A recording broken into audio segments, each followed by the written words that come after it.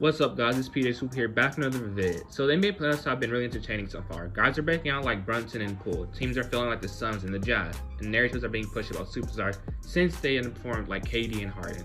The second round is recently finished and the conference finals have begun. As this video is being recorded, the Heat have a 1-0 lead against the Celtics and the Warriors and Mavs play later tonight. With that time frame being set, I want to rank the top 6 players in the playoffs so far. Remember, I can't see the future, so if some guy takes a huge leap or falls after this recording, I can't factor that in. With that being said, let's get into it. To start off, I want to give some honorable mentions. Brandon Ingram averaged 27 points per game, 6 rebounds and 6 assists on 47, 40, and 83 shooting splits. That's amazing. He helped the playing team Pelicans take the 1 seed to get to 6 games. It took a Chris Paul masterclass to not force a game 7. Now in hindsight, we know the Suns are fraudulent, but that doesn't take away from Ingram. Another honorable mention was the 2022 Kid MVP Nikola Jokic. Jokic averaged 31 points on 57.5% shooting from the field, 13.2 rebounds and 6 assists per game. Mind you, he'd have way more assists if his teammates were able to finish the plays more consistently. Unfortunately for Jokic, he was matched up against a better team and his playoff run was cut pretty short, only in the first round of 5 games. Lastly, I want to briefly mention Tyrese Maxey, first round Jordan Poole, and Jalen Brunson. All of them are playing amazing basketball and played for Maxey and gave their team a much needed boost, especially Brunson. If Brunson doesn't get that 40 piece to even the series with the Jazz, we could be looking at the Suns' worst conference finals right now. Now that I've given credit where it's due, it's time to get to my top 6 for this playoff run so far. At number 6, I have Stephen Curry. If you don't know, Curry is my personal favorite player, so it pains me to do this, but I have to be in a partial ranking party. During this playoff run, Curry has averaged 27 points per game on 45, 36, 81 splits, 5.6 assists, 4 rebounds, and a steal a game. This postseason, Curry has had some clutch moments. The whole fourth quarter of Game 5 versus the Memphis Grizzlies, Game 3 and 4 versus the Nuggets, and a clutch block against Ja in Game 1. As expected, he's been the worst closer this playoff season. If he keeps it up, he can definitely jump up a few spots, but for now, 6 isn't too bad. With him needing 8 more wins to get his 4th championship, I expect him to elevate his play. Despite NBA players talking about how they don't care accolades and things, I know he hears the media's criticism of him not having a Finals MVP. Even though he should have had one in 2015, but Iguodala got it somehow, although he led the team in points and assists. I believe that he probably wants it and he has a chance to get it right now. Now to the 5th best player of the playoffs this year. Number 5 on this list was going in the second round of the playoffs and had his season cut short due to a bone bruise. It is not only the most improved player himself, Ja Morant. Ja averaged 27.1 points on 44, 34, 74 splits, almost 10 assists, 9.8, 8 rebounds, and 2 assists. Ja was electric this postseason. He had some career highlights and some clutch moments in all the 9 games he played. He had a game-winning layup on the Timberwolves, although Anthony Edwards assisted him with that. Side note, it's kind of ironic that Edwards gives up a game-winning layup after hitting the biggest shot of his young career by gambling for a steal he didn't need to do anyways. But back to Ja. Along with the game-winning layup, Ja had 47 points against the Warriors in the pivotal Game 2. The reason I gave him the nod over Stephen Curry is that during the 3 games they played against each other, Ja was the better player. That does not mean Ja is a better player, it means he had a better 3-game stretch. I mean, in Game 2, Ja had as many points as Poole and Curry combined and outscored the Splash Bros alone. Ja also played great in Game 3, but he couldn't get his team to go along with him. If Ja doesn't get injured, maybe we see a different outcome, maybe we don't. However, with what we did see, Ja deserves the number 5 spot on this list. Now to number 4. Number 4 on this list missed some time early on due to injury. In fact, he missed 3 games, but his team was able to take a 2-1 lead in his absence. It is no other than the rising superstar, Luka Doncic.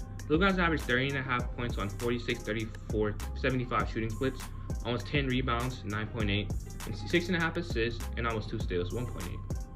Luka has been amazing this postseason. He came back against the Jazz in Game 4 and looked like he hadn't just had a scary calf injury. After helping his team pack up the Jazz in 6, they were face down with a towering 64-win, 1-seeded Phoenix Suns. What does Luka do in Game 1, you may ask? Luka dropped 45 freaking points on them. Even though it wasn't enough to win, it should have been unstoppable to come for the Phoenix Suns. His team goes home down 2-0 and defends home court twice. After dropping another in Phoenix and winning it home after, he had a Game 7 lineup in the hostile Suns territory. Again, you might wonder, what does Luka do? He scores the first 8 points and ends up with 35 points through 3 quarters on 6 and 11 from 3. Along with that, he scored as many points as the host Suns team at the halftime and embarrassed Cam Johnson like I've never seen before. Overall, you could argue he is number 3, but no higher than that for now. Speaking of which, number 3 is up next. Number 3 on this list is he's only 19 himself, Jason Tatum.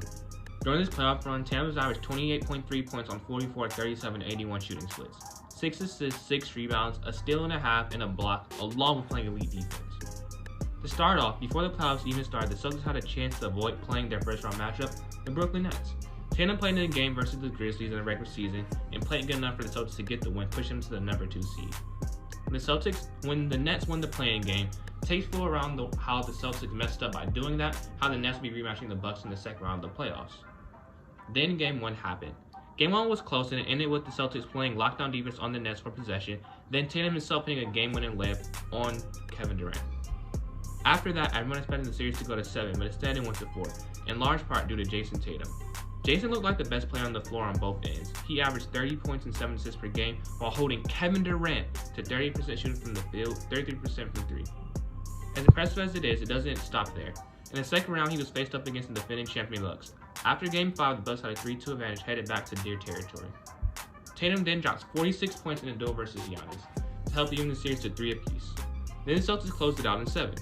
During this playoff run, Tatum is looking like the superstar he's supposed to be. He has taken yet another stride in his playmaking and defense, and it's great to see that once LeBron, Curry, and KD leave the league, we'll have someone to help fill their shoes like him. Now for the top 2 spots. While all 6 of them are having or had amazing playoff runs, these 2 are in a tier of their own in my opinion. Number 2 is the Greek Freak himself, Giannis Antetokounmpo. Giannis averaged 31.7 points on 49% shooting from the field, 14 rebounds and 7 assists, along with a block a game. He was absolutely dominant versus the Bulls and helped beat them in 5 games. After that, he had the top-ranked defense Celtics to play against. In Game 1, he struggled to score the ball, but he dominated the game with his passing and defense. To me, that's one of the signs of a great player. When it isn't falling, he still impacted the game positively. He did that. In Game 6, he had a duel against Jason Tatum, as mentioned earlier, where he had 44 points, 20 rebounds, and 6 assists. Mind you, similar to Jokic, Giannis would have a lot more assists if his teammates could finish the plays he sets up for them. In Game 7, he had 25 points, 20 rebounds, and 9 assists. Another amazing game. He's so good that this was widely considered an off game for him.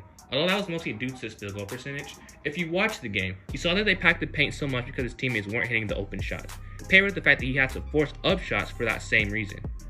This playoff run was special for him. I saw people say this was a disappointment, but I asked how. He played great and went up against a top defense without his clear second best player and 20-point-per-game scorer in Chris Middleton. Not everyone is LeBron. Sometimes you're the best player out, but your team isn't giving you what you need to get as far as you want to get. I'm sure he'll be back next season to at least the second round, and I can't wait to see that. Naruto, I think, has been the best player of the playoffs so far. And numero uno, number 1, I have Jimmy G Buckets, Jimmy Butler, Rachel Nichols' man himself, Jimmy Butler. Jimmy has averaged 30 points per game on 54, 34, 83 splits, 8 rebounds, 5.5 assists, and 2.5 steals a game, my bad. He has had 3 45 and 5 games this season. He is also the only person in this playoff run to average 25 points on 50% shooting from the field or better. Butler dominated in the games he played against the Hawks. I believe he only had 1 off game against the Sixers and was the main reason why they closed him out in 6 games. Jimmy has a need to go to Game 7 like the 3 people below him. I have over Giannis for what is a pretty simple reason. He is still playing. Now, this isn't exactly Giannis' fault, but they've had similarly impressive runs, so that's the only difference I can distinguish between the 2 of them. In my opinion, either Tatum, Luka, or Curry will outplay Jimmy in the near future. I cannot see where he outplays any of them for more than 7-game series. But until that happens, he's definitely earned the number 1 spot on my list. But that's it for the vid. Thanks for watching. Make sure to like, subscribe, comment, share with your friends. Help me grow. We're trying to grow here. Have a great day. Appreciate it.